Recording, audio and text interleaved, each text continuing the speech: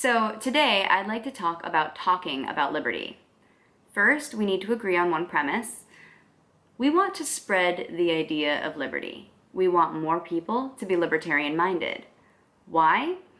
Because the more people who are aware of and possibly dedicated to the non-aggression principle, the less justification for force out there in the world, and the more advocates for peaceful, voluntary interaction. If you don't think that more people being libertarian is a good thing, this video is probably not for you. Now that we've gotten that out of the way, how do we communicate our libertarian ideas most effectively? I'd like to discuss the power of persuasion using the Ransberger pivot. In the early 1980s, the Ransberger pivot was developed as a debate technique by Ray Ransberger and Marshall Fritz. You may know Marshall Fritz as one of the founders of the Advocates for Self-Government. The key to the Ransberger pivot is turning a conflict situation into a cooperative one. To do so, you'll need to follow 3 simple steps, which allow you to reframe the debate and create a collaborative conversation through common ground.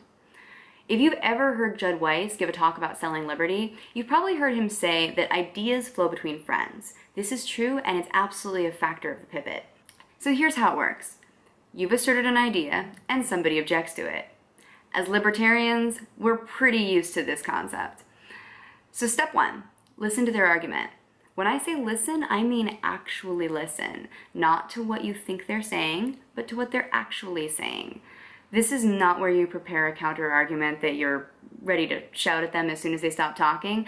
This is actually where you need to listen to what they have to say and ask further questions if you need to. Now, why do you need to listen? Because step 2 is understanding their argument. Now, this can be a difficult one for libertarians because we tend to skip right to the root of the problem and ignore all the good intentions, all the pleasantries, all the justifications, and say, oh, you want to put a gun to my head and force my compliance with whatever your goal is here.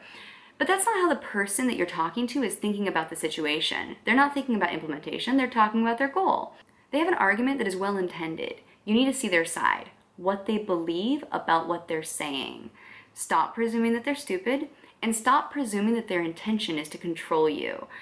Regardless of whether or not the implementation of their ideas happens to involve control or force, that's not how they're thinking about it. You need to discover what their well-meaning objective is here. Understand their argument. After you've listened and you've understood, step 3 is to find a common goal in the other person's objections and convince them that your way is the solution to the agreed upon problem. This part's tricky and requires that you think on your feet and that you can think critically about your own ideas and how to rephrase them. This is a very good exercise in general, and in this case, it's a huge asset. To be able to take a conflict situation in which people expect to fight over an idea, and instead you take their premise, their goal, and you acknowledge its worth and value, and then you explain how a voluntary libertarian solution can achieve that goal most effectively, you are suddenly on the same side as they are. You're simply a friend who is with them, trying to solve a problem, and coming up with a different solution. Now remember a couple of things. This does not mean that they're just instantly going to turn around and absolutely agree that you have the best solution.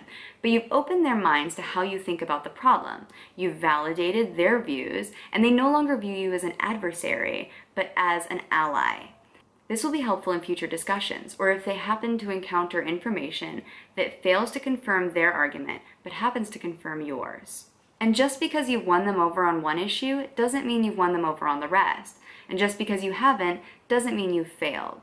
This is about representing libertarian ideas in a way that makes people engage with them thoughtfully and productively. The key here, for me at least, is that utility precedes belief. If someone can recognize that liberty best serves them or the ones they love in one context, they're more likely to begin applying the same concepts to additional ideas. So remember, listen to their argument, understand their argument, and finally, find some common ground and explain how your solution works best to achieve that mutual goal. Congratulations, you've learned the Ransberger pivot. Now let's go sell some liberty. Hey guys, thank you for watching my YouTube video. You can subscribe to my channel, like, comment, share, all that lovely stuff. It's appreciated. I'm gonna leave you with one piece of advice. My name is pronounced Avens. That's Avens, like Austin or awesome. So next time you run into me at a Liberty conference, you can pronounce it correctly. I won't be offended if you don't, but you get bonus points if you pronounce it right. Thanks.